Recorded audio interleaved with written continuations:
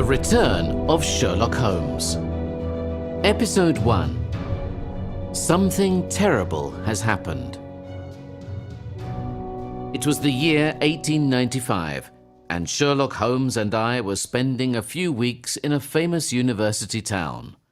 I do not want to name the university because the case is scandalous, and I do not want to get anybody into trouble. We were staying in a furnished apartment near a library where Sherlock Holmes was doing some important research.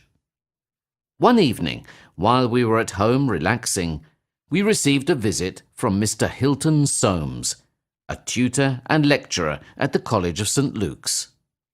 Mr. Soames was a tall, thin man, and he was always rather restless. However, on this particular occasion, he was extremely agitated, and it was obvious that something very unusual had happened.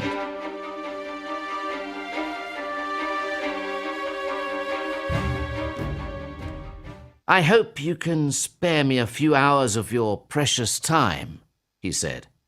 "Something terrible has happened at St. Luke's. I am so pleased you are in town. I really don't know what to do."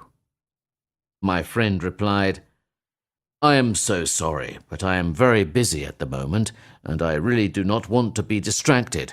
Why don't you call the police?" "Oh no, I am afraid that is impossible. We must avoid a scandal at all costs for the credit of the college. I beg you, Mr. Holmes, help me," said Mr. Soames. Sherlock listened, but seemed uninterested. Soames continued, "I must explain to you, Mr. Holmes, that tomorrow is the first day of the examination for the Fortescue Scholarship. I am one of the examiners. My subject is Greek, and the first exam consists of a long translation which the candidates have not seen. Today, at about 3 o'clock, the proofs of the translation arrived. They consist of half a chapter from Thucydides. I read it very carefully, as the text must be correct. At 4:30, I had not finished checking the text, but I had promised to have a cup of tea with a friend, so I left the proofs on my desk and went to visit my friend. I was out of my office for about an hour." Soames went on. "When I returned, I was surprised to see a key in the door. For a moment I thought that I had left my key in the lock, but when I put my hand in my pocket, it was there. The only person to have a duplicate was my servant, Bannister.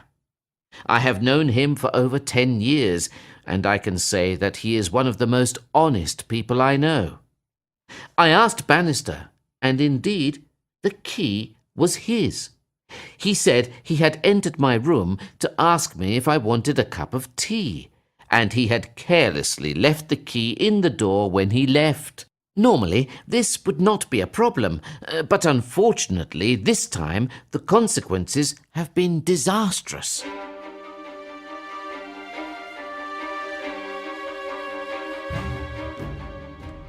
When I entered my room, I went to my desk and I noticed that somebody had touched my papers.